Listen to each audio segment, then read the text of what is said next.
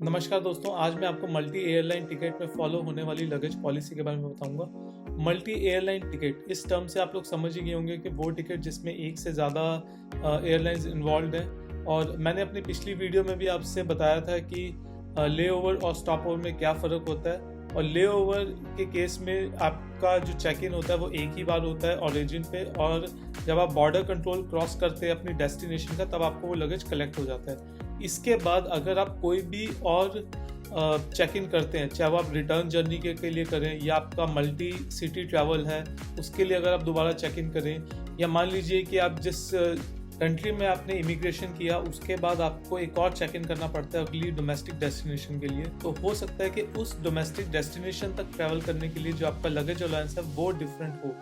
पहले बात करते हैं हम IATA रेजोल्यूशन 302 के बारे में, जिससे दुनिया की सारी एयरलाइंस सभी कंट्रीज फॉलो करती हैं सिवाय US और कनाडा के। उनकी अपनी पॉलिसीज हैं जिसके बारे में मैं आपको आगे बताऊंगा। तो IATA रेजोल्यूशन 302 के हिसाब से जिस जर्नी के लिए आप चेक इन कर रहे हैं उस जर्नी का जो मोस्ट सिग्निफिकेंट कैरियर है उसका लगेज पॉलिसी फॉलो होगा। तो अब कैसे पता चलेगा कि हमारा मोस्ट सिग्निफिकेंट कैरियर कौन सा है? अब इस मैप में देखते हैं। IATA वर्ल्ड को 3 जोन्स में डिवाइड करता है, जोन 1, जोन 2, जोन 3। तो अगर आप इस मैप में देखेंगे तो जोन 1 में आता है north America, south America, central America और कैरिबियन आइलैंड्स। जोन 2 में आता है यूरोप, मिडिल ईस्ट, अफ्रीका और वेस्टर्न पार्ट ऑफ रशिया, जैसे कि मॉस्को, सेंट पीटर्सबर्ग, वो वाला एरिया। और जोन 3 में आता है फार ईस्ट, साउथ एशिया जिसमें इंडिया भी इंक्लूडेड है, साउथ ईस्ट एशिया और ऑस्ट्रेलिया और न्यूजीलैंड। तो ये पूरा रीजन बनता है आपका जोन 3। चलो अब देखते हैं ये एरिया और सब एरिया फॉलो कैसे होते हैं कुछ एग्जांपल्स के साथ। तो पहले एग्जांपल में हम जोन 2 बार ही क्रॉस करेंगे। तो इस एग्जांपल में हम दिल्ली से लंदन और लंदन से sao पाउलो ट्रैवल करेंगे। टिकट हमारी वर्जिन अटलांटिक से बुकड है और पहली जो जर्नी है वो हमारी वर्जिन अटलांटिक से है, और उसके बाद जो दूसरी जर्नी है sao पाउलो की वो लैटाम एयरलाइंस से है। तो क्योंकि जो पहली बारी जोन जो क्रॉस किया वो वर्जिन अटलांटिक का था तो उसी का लगेज पॉलिसी फॉलो होगा। लेकिन रिटर्न आते टाइम पे जब sao पाउलो से आप लंदन फ्लाई करेंगे और लंदन से दिल्ली, तो टिकट बेशक हमारी वर्जिन अटलांटिक पे बुक थी, बट क्योंकि पहली बारी जो जोन क्रॉस किया वो लैटाम एयरलाइंस ने किया, तो इस केस में जो लगेज पॉलिसी फॉलो होगा वो लैटाम एयरलाइंस का होगा। पिछले एग्जांपल में हमने IATA का जो एरिया या जोन जिसे बोलते हैं वो हमने 2 बारी क्रॉस किया था। तो उस केस में जो पहला क्रॉस करने वाला था हमने उसका लगेज पॉलिसी फॉलो किया। अब मान लीजिए कि हम इस एरिया को सिर्फ एक ही बारी क्रॉस करते हैं। फॉर एग्जांपल हम लोग नॉर्थ अमेरिका से यूरोप चले गए और यूरोप से हम मान लीजिए मिडिल ईस्ट आते हैं। तो इस केस में किसका लगेज पॉलिसी फॉलो होगा? तो उस एयरलाइन का फॉलो होगा जिसने नॉर्थ अमेरिका से यूरोप तक का ट्रैवल किया होगा। अब मान लें कि हम IATA का कोई भी जोन या एरिया क्रॉस नहीं करेंगे, हम सिर्फ सब एरिया ही क्रॉस करेंगे। मान लीजिए हम यूरोप से अफ्रीका गए और अफ्रीका से मिडिल ईस्ट चले गए, तो इस केस में कौन सा लगेज पॉलिसी फॉलो होगा? इस केस में उस एयरलाइन का लगेज पॉलिसी फॉलो होगा जिसने पहली बार कोई सब एरिया क्रॉस किया था।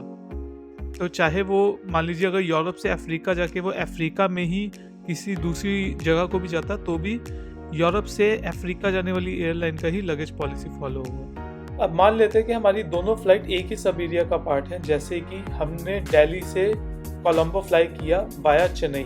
तो इस केस में जो पहली फ्लाइट होगी हमारी उसी का लगेज पॉलिसी फॉलो होगा। इस केस में दिल्ली टू चेन्नई का फॉलो होगा। अब मैं आपको 2 एक्सेप्शंस के बारे में बताऊंगा। पहला एक्सेप्शन US और कनाडा की तरफ से आता है, क्योंकि वो IATA रेजोल्यूशन 302 को फॉलो नहीं करते हैं। वो US डॉट यानी कि US डिपार्टमेंट ऑफ ट्रांसपोर्टेशन की बनाई हुई पॉलिसी को फॉलो करते हैं। इस पॉलिसी के हिसाब से अगर आपकी टिकट का ओरिजिन या डेस्टिनेशन US या कनाडा का कोई शहर है तो उस केस में हम मोस्ट सिग्निफिकेंट कैरियर जो MSC की हम बात करते थे उसकी बात ना करते हुए फर्स्ट मार्केटिंग कैरियर यानी कि FMC के बारे में बात करते हैं। जिसका मतलब ये होता है दोस्तों कि जो एयरलाइन से आपने टिकट खरीदा है उसी का लगेज पॉलिसी फॉलो होगा। फॉर एग्जांपल आपने मान लीजिए यूनाइटेड एयरलाइंस का टिकट खरीदा जिसमें आप US से दिल्ली जो गए वो आप यूनाइटेड से गए, लेकिन रिटर्न टिकट आपकी एयर इंडिया पे बुक है। और क्योंकि आपने टिकट जो है वो यूनाइटेड एयरलाइंस का खरीदा है तो लगेज पॉलिसी एयर इंडिया पर भी यूनाइटेड एयरलाइंस का ही होगा। यहाँ पर मैं एक बात और बताना चाहूँगा दोस्तों, अगर कोई एयरलाइन चाहे तो वो मोस्ट सिग्निफिकेंट कैरियर की पॉलिसी भी फॉलो कर सकती है। फॉर एग्जांपल अलास्का एयरलाइंस जो कि डोमेस्टिक एयरलाइन है, वो अगर इंटरनेशनल राउट्स पे टिकट आपको ऑफर करता है अपने किसी पार्टनर एयरलाइन के साथ, तो वो मोस्ट सिग्निफिकेंट कैरियर जो यूजुअली इस केस में इंटरनेशनल एयरलाइन ही होगी, तो वो उसका लगेज पॉलिसी भी आपको ऑफर कर देती है, जिससे कि उनकी भी सेल्स होगी और कस्टमर्स भी हैप्पी रहेंगे तो वापस आएंगे। तो ये उनका पर्पस होता है। अब इसके बाद चलते हैं दूसरे एक्सेप्शन की ओर। ये एक्सेप्शन काफ़ी हद तक इसी से मिलता जुलता है। तो बेसिकली ये एक्सेप्शन है कोड शेयर फ्लाइट्स का। तो अगर किसी एयरलाइन ने आपको टिकट अपनी कोड शेयर पे दी है, मान लीजिए आपकी जो फ्लाइट है वो बेशक एयर फ्रांस की है, लेकिन उसका जो कोड है वो डेल्टा एयरलाइंस का है, तो इस केस में डेल्टा एयरलाइंस का ही लगेज पॉलिसी फॉलो होगा। तो आई थिंक कोड शेयर के एग्जांपल्स आपने बहुत सारे देखे होंगे। अगर आपने नहीं भी देखे तो आप मेरी पुरानी वीडियो को चेक कर सकते हैं। उस वीडियो का लिंक मैं डिस्क्रिप्शन में भी शेयर कर दूंगा। और इस चैनल को अगर आप सब्सक्राइब कर चुके हैं तो मैं उम्मीद कर रहा हूँ कि आपने वो वीडियो ज़रूर देखा होगा। नहीं देखा है तो फिर से प्लीज़ आप देख सकते हैं उस वीडियो को मेरी प्लेलिस्ट में जाकर।